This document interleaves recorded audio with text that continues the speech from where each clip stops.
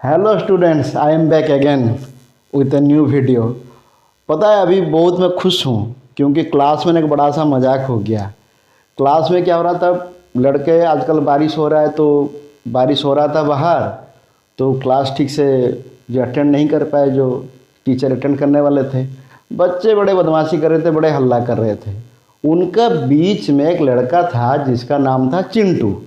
वो तो इतना शरारती था, खुद तो शरारत कर रहा था, दूसरों को डिस्टर्ब कर रहा था। तो वहाँ पे क्लास में एंट्री किए मैथ टीचर। बच्चे ने हल्ला करने लगे, सर अब अभी मैथ का क्लास नहीं है, मैथ का क्लास नहीं है, अभी तो पीटी का क्लास है, हम लोग तो खेलने जाना चाहिए। अब खेलने तो जा नहीं सकते, बाहर बारिश हो रहा है। तो क्या किया जाए, सर मैथ टीचर ने बोला चलो कोई बात नहीं, हम खेलने तो नहीं जा सकते, अब मैथ भी नहीं पढ़ाएंगे, चलो एक पहेली करते हैं, अगर जो पहेली का आंसर दे देगा तो ठीक है, अगर नहीं दे पाएगा तो चुप होकर के बैठेगा। अब क्या हुआ, सर ने बोला अच्छा एक बात बताओ, अगर मैं इसे 1 2 3 4 5 ऐसे लिख रहा हूँ तो ऐसे करते करते जो 100 वाला टर्म होगा वो क्या होगा? तो चिंटू ने तुरंत बोल दिया सर 100 होगा। फिर उसने हल्ला करने लग गया। बोला अच्छा ये तो बड़ा परेशानी वाली बात हो गई। सर ने सोचा कुछ दूसरा तरकीब निकालते हैं कि कुछ ऐसे करते हैं कि चिंटू आंसर ना दे पाए। तो उन्होंने, सर ने क्या कर दिया, बोला कि 1 3 5 7 ऐसे करते करते सर ने बोला अब 67 वाला जो टर्म है वो क्या होगा बताओ। अब चिंटू बता नहीं पाया, वो तो शांत हो गया, तो क्लास भी शांत हो गया।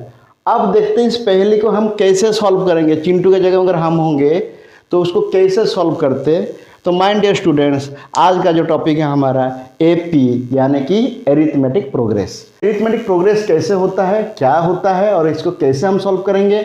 और मैं कुछ क्वेश्चंस ऐसे दूंगा जो तुम लोगों को मैथ ओलंपियाड या कोई कॉम्पिटिटिव एग्जाम में पूछा जा सकता है, ठीक है।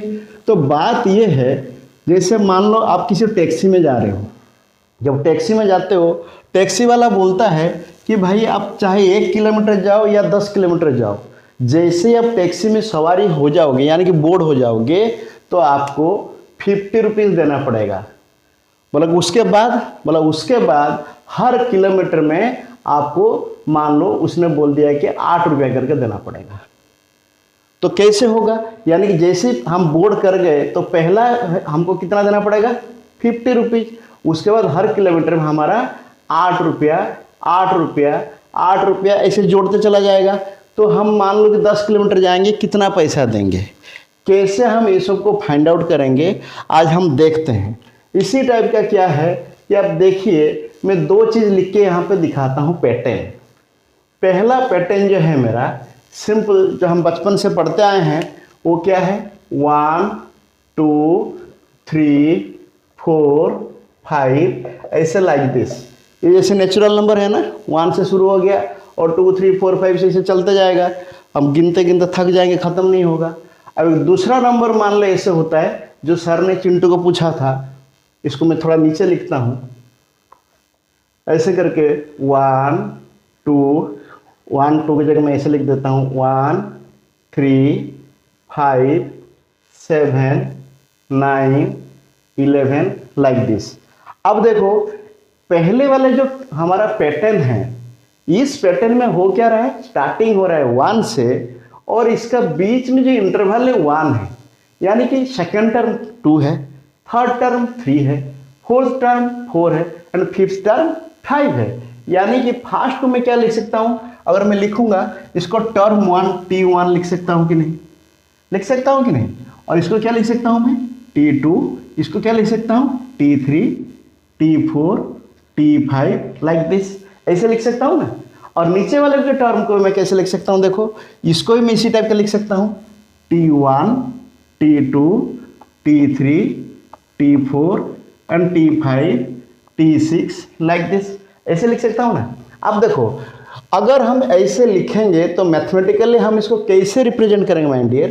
पहले वाले में क्या हो रहा है कि डिफरेंस जो देखो, दोनों जो कंजिक्यूटिव टर्म है 2 और 1 के बीच में, 3 और 2 के बीच में, 4 और 3 के बीच में, तो डिफरेंस कितना आ रहा है मेरा, 1 आ रहा है। तो पहला टर्म को हमेशा क्या बोला जाता है, ए। ठीक, पहले टर्म का हम क्या नाम ले लेंगे, ए।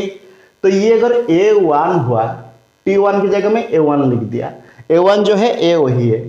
और T2 की जगह में हम क्या लिख देंगे, A2, A3, A4 ऐसे लिख सकते हैं कि नहीं, लिख सकते हैं कि नहीं।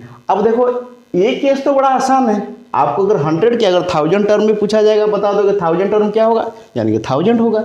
लेकिन इस केस में क्या होगा, अब देखो पहला टर्म जो 1 है इसको बोला जाता है हमारा क्या, A, ठीक। अब इन दोनों के बीच का डिफरेंस क्या आ जाएगा, डिफरेंस को हम क्या बोलेंगे, ऐसे लिखेंगे ना, डिफरेंस डी, डिफरेंस के लिए हम क्या लिख देंगे, D is equal to T2 minus T1, और ये भी क्या हो सकता है T3 माइनस T2, और क्या हो सकता है T4 माइनस T3, यानी कि दो कोई भी कॉन्जिक्यूटिव टर्म का बीच में जो डिफरेंस है वही मेरा D कहला जाएगा। अगर ये D कांस्टेंट है, यानी कि कोई भी दो कॉन्जिक्यूटिव टर्म के बीच में अगर D मेरा फिक्स्ड है, तभी इसको हम क्या बोल सकते हैं, एरिथमेटिक प्रोग्रेस यानी कि एपी कह सकते हैं। अब देखो यहाँ पर हम देखो कैसे करते हैं, यहाँ पे देखो मेरा T1 क्या है, T1 मेरा 1 है, और T2 क्या है मेरा 3 है, यानी कि 3 minus 1 equal to 5 minus 3 equal to 7 minus 5 equal to 9 minus 7 equal to 11 minus 9, हर जगह का वैल्यू क्या है 2 है। यानी कि माइंड डियर ये वाला जो मेरा पैटर्न है ये एपी में है, ठीक। यहां तक आपको बात समझ में आ रहा होगा। अब अगर मान लो आपको बोला जाएगा कौन सा पैटर्न एपी में है और कौन सा पैटर्न एपी नहीं है, मान लो यहाँ पे मैं 2 पैटर्न लिख के दिखाता हूं। मान लो मैं लिख दिया 1 6 11 16 21, और दूसरा पैटर्न लिख देता हूं मैं 1 6 12 15 21। अब पहला केस में देखिए 6 से अगर हम 1 को माइनस करेंगे आंसर कितना आएगा मेरा 5 आएगा। 11 से अगर 6 को माइनस करेंगे इसका आंसर कितना आएगा 5 आएगा। 16 से अगर 11 को माइनस करेंगे आंसर कितना आएगा 5 आएगा। 21 से अगर 16 को माइनस करेंगे आंसर कितना आएगा 5 आएगा। तो ये वाला जो पैटर्न है या ये वाला जो सीरीज में बोल सकता हूँ ये मेरा एपी में है। लेकिन इस केस में देखिए इन दोनों का डिफरेंस कितना है 5 है, हमेशा T2 माइनस T1 लेना है, और इन दोनों का डिफरेंस कितना है 6 है, और इन दोनों का डिफरेंस कितना है 3 है, और इन दोनों का डिफरेंस कितना है फिर 6 है। ये मेरा एपी में नहीं है, ठीक है। ये जो सीरीज है मेरा नीचे वाला सीरीज 1 6 12 15 21 ये मेरा एपी में नहीं है, ठीक है। अब हमको पता करना है कि कोई भी टर्म को हम कैसे पता करेंगे, ठीक है। अब मैं इसको साफ करके दोबारा एक लिख के दिखाता हूं। देखो एक टर्म एक मैं सीरीज अगर लिखना जा रहा हूं, अभी सीरीज क्या मैंने लिख दिया, कोई भी एक सीरीज ले लेता हूं मैंने। मान लो मैंने सीरीज ले लिया 2 5 8 11 14 डॉट डॉट डॉट डॉट। मुझे क्या चाहिए, मान लो T15 चाहिए, यानी कि 15 नंबर वाला टर्म क्या होगा। अब ध्यान से देखो ये दोनों का बीच में D मेरा कितना है, D मेरा कितना निकलेगा, D मेरा कितना निकलेगा 5 माइनस 2 इज इक्वल टू 3, हाँ या नहीं है। तो पहले इस टर्म को अगर मैं एपी का पैटर्न में लिखूं, ए का नीचे मैं क्या लिख सकता हूं ए, भाई ए का नीचे यही लिखूंगा, और ये जो T2 है ये मैं ऊपर लिख देता हूं T1 T2 T3 T4 and T5, यहीं तक लिखना काफी है। अब इसका नीचे मैं क्या लिखूंगा A प्लस D, हाँ या नहीं। इसका नीचे क्या लिखूंगा A प्लस 2D। अब बोलेगा 2D कैसे हो गया, अब देखो 2 तो A का नीचे 2 है ना, और इसका नीचे क्या आ जाएगा 2 प्लस 3, इसका नीचे क्या आ जाएगा 2 प्लस 6, 6 कैसे हुआ 2 इंटू 3 है। इसका नीचे क्या आ जाएगा A प्लस 3D, यानी कि 2 प्लस 3 इंटू 3 यानी कि 2 प्लस 9, ऐसे लिख सकता हूं ना। इसका नीचे क्या लिख सकता हूं A प्लस 4D, यानी कि 2 प्लस 4 इंटू 3 यानी कि 2 प्लस 12 14। अब इस सीरीज से कुछ समझ में आ रहा है? एक पैटर्न बन रहा है, ध्यान से देखिए।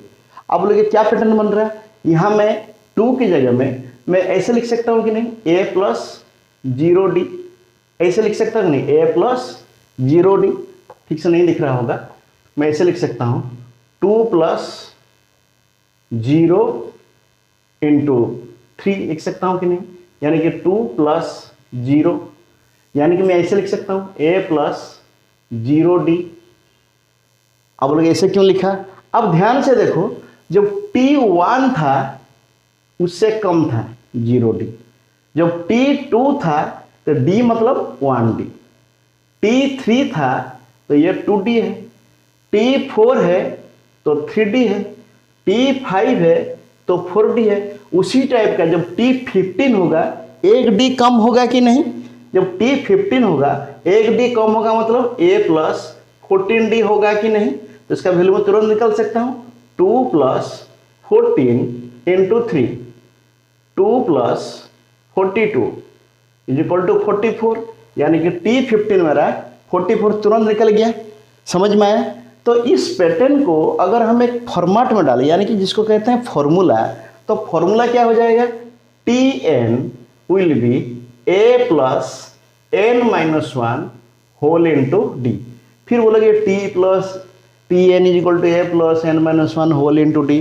भाई इतना समझ लो, अगर आपको a पता है और d पता है, n का वैल्यू की जगह में कुछ भी हो सकता है, कुछ भी मतलब जैसे मैंने यहाँ पे 15 लिया, 15 की जगह में 20, 21, 25 जितना लिया होगा उससे एक कम। मान लो यहाँ पर आपको t70 लिखा है, तो आपको क्या करना है? a प्लस 69d, बस एक डी कम ले लो।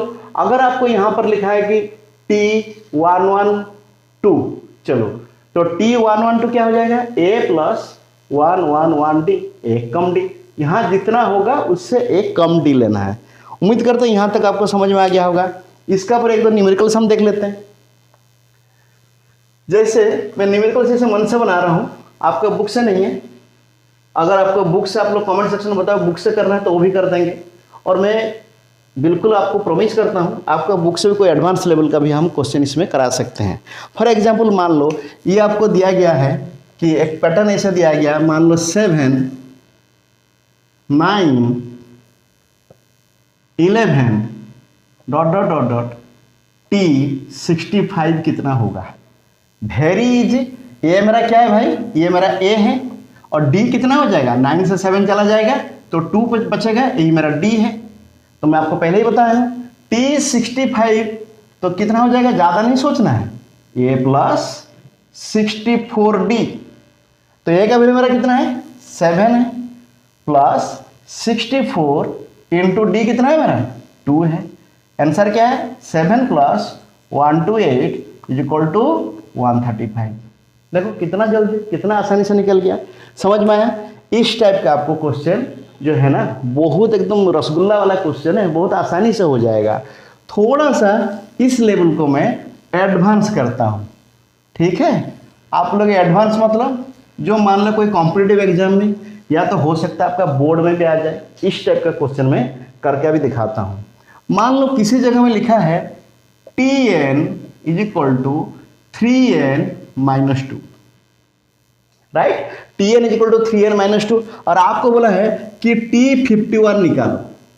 कुछ नहीं करना है भाई, यहाँ पर जब n था तो यहाँ पर n डाल दिया, तो पर यहाँ जब 51 जो होगा 3 इंटू 51 माइनस 2, सिंपल।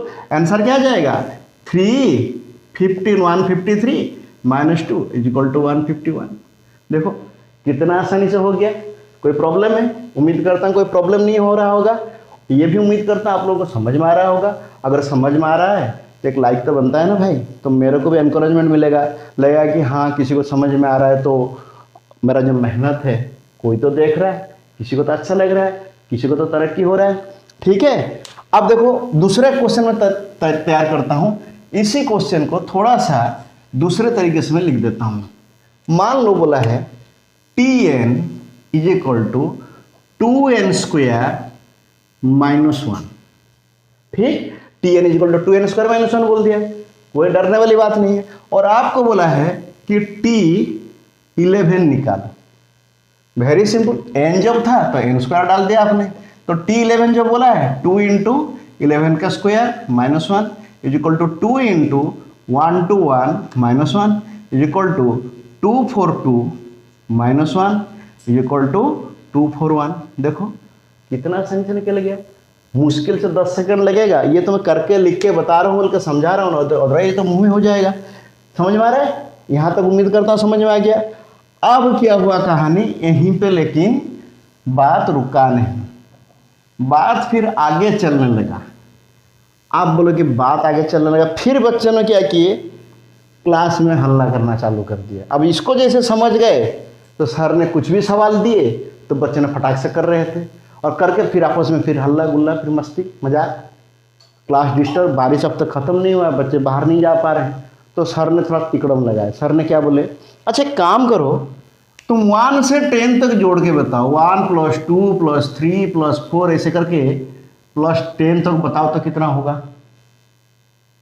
फटाक ने किसी ने बोल दिया सर 55।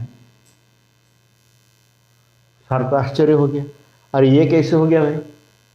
बोला ठीक है ठीक है ठीक है, अब थोड़ा सा ऐसे करते हैं, 1 + 2 + 3 + ... 20 तक को तो बताओ कितना होगा। जैसे 20 तक का बताया, किसी ने बोल दिया सर 210।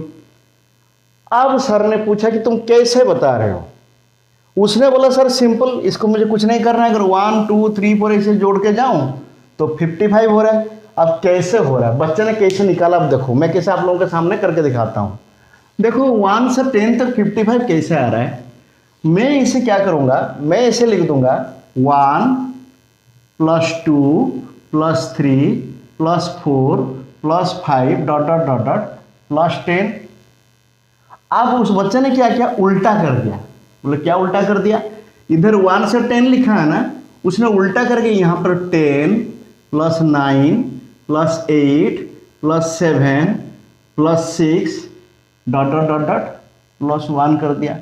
अब उसने देखा जब सबको जोड़ रहा है, ये क्या बन रहा है 11, ये भी क्या बन रहा है 11, ये भी क्या बन रहा है 11, ये भी क्या बन रहा है 11, और ये भी 11, और आखिरी वाला भी क्या बन रहा है 11।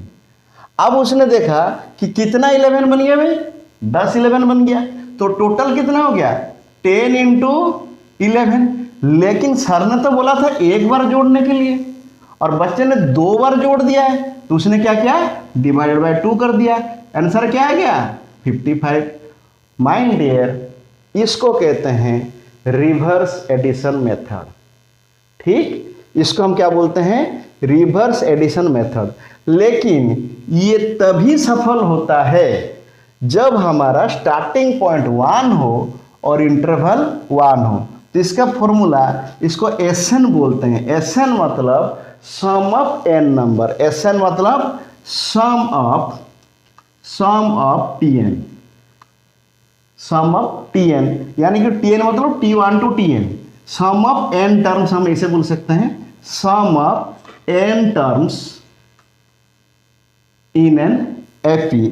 तो इसका फॉर्मूला क्या है, SN = n × n + 1/2। ये तभी सफल होगा, कंडीशन अप्लाइड माय डियर, ये तभी सफल होगा जब स्टार्टिंग पॉइंट होगा 1 और इंटरवल भी दोनों का बीच में 1 हो। ठीक, समझ में आया, स्टार्टिंग पॉइंट 1 और इंटरवल अगर 1 हो तभी ये फॉर्मूला सफल होगा। आप इसको नोट कर सकते हैं। अब हम आते हैं दूसरे तरह का जो पैटर्न है उसके ऊपर। मान लो किसी ने ऐसे बोल दिया कि स्टार्टिंग तो 1 से हो रहा है, लेकिन इंटरवल जो उसमें नहीं हो रहा। फॉर एग्जाम्पल 1 + 3 + 5 + 7 + 9 ... कहाँ तक, मान लो मैंने ले लिया n टर्म तक।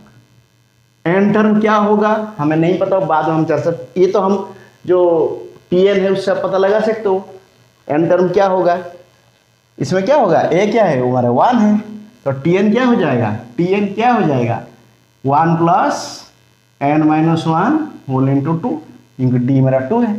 तो यानी कि यहाँ तक का जो टर्म है उसका हम कैसे जोड़ेंगे, उसको जोड़ना का क्या है, उसका जो Sn होगा, प्रीवियस वाला जो फॉर्मूला बताया था ना वो अप्लाई नहीं होगा। इसका फॉर्मूला क्या है, n/2 whole into 2a plus n-1 whole into D, ये है फॉर्मूला। अब इस हिसाब से मान लो मैं इस Tn की जगह में मैं अगर लिख देता हूं कि T, चलो लिख देता हूं मैं 20। अब इसका फॉर्मूला क्या होगा देखो, अब T20 लिखा तो Sn की जगह में क्या डाल दूंगा, अभी Sn की जगह में S20 डाल दूंगा। S20 का वैल्यू अब क्या हो जाएगा मेरा, तो 20/2 होल इंटू 2 इंटू ए, 2 इंटू ए मेरा कितना है, ये मेरा 1 है, यानी कि 2 प्लस 20 से 1 कम 19। अच्छा मैं लिख देता हूं नहीं तो आप लोगों को कंफ्यूजन होगा। 20-1 होल इंटू डी मेरा कितना है, इनका डी मेरा कितना है, डी मेरा 2 है, इंटू 2। इसको अगर मैं सॉल्व करूंगा ये मेरा कितना हो जाएगा, 10 हो जाएगा। अंदर कितना आ जाएगा, 2, 20-1 19, 19 इंटू 2 38। तो क्या आ जाएगा, 38 प्लस 2 40, 40 इंटू 10 400। समझ में आया? उम्मीद करता हूं यहां तक आपको समझ में आ गया होगा। अब थोड़ा सा हम दूसरे तरह का क्वेश्चन को थोड़ा सा देखते हैं, थोड़ा सा ट्रिकी क्वेश्चन हो सकता है। वो वाला क्वेश्चन आप लोगों को अच्छा लगेगा और आप उसको कर पाओगे, एग्जाम में आएगा तब कर पाओगे।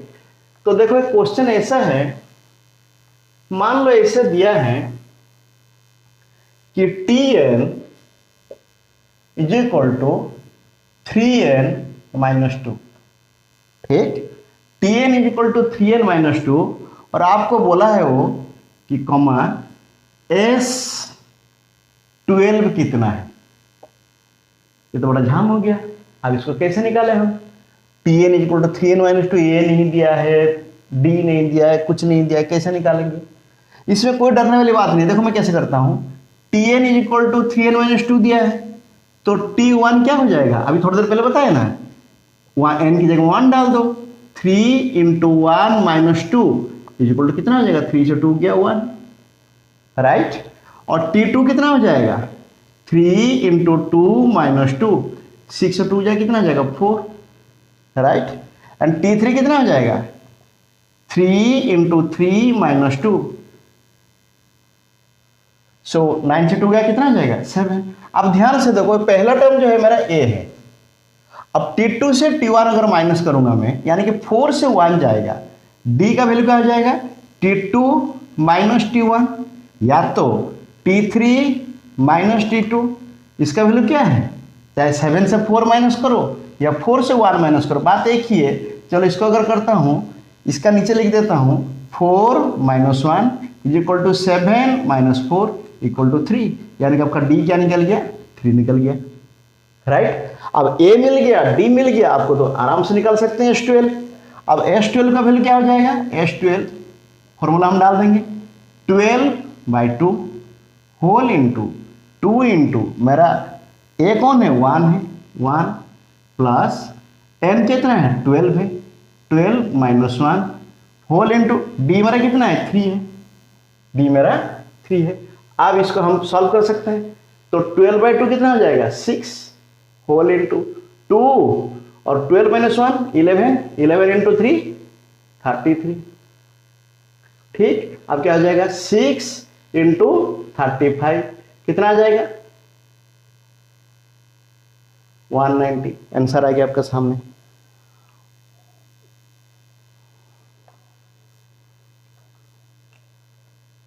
सॉरी 210। यहां तक आपको समझ में आ गया होगा। ये देखो कितना आसानी से हो गया। इस टाइप का अगर क्वेश्चन दिया होगा आप आराम से निकाल सकते हो। अब हम एक दूसरा क्वेश्चन करके दिखाते हैं, हो सकता है आप लोगों को हेल्प मिल जाए। क्वेश्चन कैसा है, क्वेश्चन ऐसा है कि दिया है Sn is equal to n², ठीक। Sn is equal to n² दिया है और मांगा है, मान लो T15 कितना है, कैसे निकालेंगे हम। अब देखो मैं कैसे निकालता हूं, S N is equal to N square दिया है, तो एस वन क्या हो जाएगा, one square is equal to one, yes और नो। अब एस टू क्या हो जाएगा, S two will be two square is equal to four, हाँ या नहीं। अब एस थ्री क्या हो जाएगा, S three is equal to three square is equal to nine. मतलब हाँ ये तो बड़ा चल रहा है इसे, लेकिन हमको तो P15 मांगा है, एस वन निकाल के क्या फायदा। माइंड डियर एस वन का मतलब क्या होता है, S one is equal to हमारा ए ही तो होता है, यानी कि एस वन जो है वही तो हमारा ए है, यानी कि एस वन का वैल्यू अगर ए है तो ये हमारा ए का वैल्यू कितना निकल गया, वन निकल गया। अब एस टू जो होता है, S two is equal to S one plus T two होता है कि नहीं, यानी कि a one plus a two is equal to S two. इसको ऐसे लिख सकता हूं ना, ए वन या तो a one plus a two is equal to मेरा एस टू है, तो एस वन मेरा कितना है, वन है, एस टू का वैल्यू कितना है, फोर है, यानी कि four is equal to one plus T two, तो इंप्लाइज दैट मेरा टी टू कितना निकल गया, थ्री है। Very simple. अब देखते हैं एस थ्री का वैल्यू क्या हो जाएगा, S two plus T three, हाँ या नहीं। अब एस थ्री का वैल्यू मेरा कितना निकला है, नाइन निकला है, एस टू का वैल्यू मेरा कितना है, फोर है, four plus T three is equal to nine, यानी कि टी थ्री कितना निकल गया मेरा, फाइव है। अब देखो ये एक पैटर्न बन गया, यानी कि ये जो सीरीज जो दिया था ना आप लोगों को गुमराह करने के लिए, देखो हमने इसको कैसे पकड़ लिया। ये पैटर्न देखो मेरा, वन ए का वैल्यू क्या है, वन है, वन, और टी टू का वैल्यू क्या है, थ्री है, थ्री, एंड टी थ्री का वैल्यू क्या है, फाइव है। इतने में तो समझ में आ गया होगा। अब ए का वैल्यू मेरा क्या हो गया, ए का वैल्यू हो गया वन, डी का वैल्यू कितना हो गया, थ्री से वन गया या फाइव से थ्री गया, इक्वल टू टू। तो आपको कितना चाहिए, T15 मतलब ए प्लस 14D। ज़्यादा दिमाग नहीं लगेगा, हमेशा फॉर्मूला याद रखने की जरूरत नहीं है, ए कम लेना है, ए प्लस 14D। ए का वैल्यू क्या है, वन, और 14 का 14, और डी का वैल्यू क्या है, टू है, into two, 14 into two, 14 into two, answer कितना आ जाएगा, 28 प्लस 1 29, यानी कि T15 कितना निकल गया मेरा। जो इतना भोकाल लग रहा था क्वेश्चन, इतना भी टेंशन वाली नहीं है, T15 निकल गया 29। उम्मीद करता हूँ आप लोगों को ये वाला क्लास अच्छा लगा होगा। अगर लगा है तो प्लीज़ चैनल को सब्सक्राइब कीजिए, लाइक कीजिए और नोटिफिकेशन बटन ऑन कर दीजिएगा। फिर भी अगर किसी को कोई डाउट है, यहाँ जो ऊपर जो लिखा हुआ जो फ़ोन नंबर है उसमें मुझे डायरेक्ट कांटेक्ट कर सकते हैं। एंड आई एम श्योर, मैं आप लोगों को प्रॉमिस करता हूँ आप लोगों का हर सवाल का जवाब मैं ज़रूर दूंगा। आप लोगों को कोई डरने की ज़रूरत नहीं है, कैसे भी क्वेश्चन हो उसका सॉल्यूशन तो ज़रूर निकलेगा, और उम्मीद करता हूँ एग्जाम में आप लोग भी अच्छा परफॉर्म करोगे। Thank you very much.